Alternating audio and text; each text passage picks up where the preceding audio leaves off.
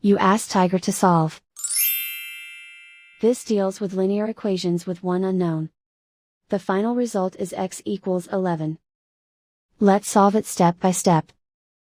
Group all constants on the right side of the equation.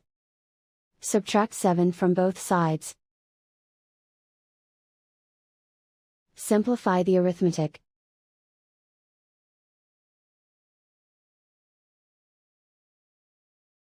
Isolate the x. Divide both sides by 3. Simplify the fraction. Find the greatest common factor of the numerator and denominator. Factor out and cancel the greatest common factor.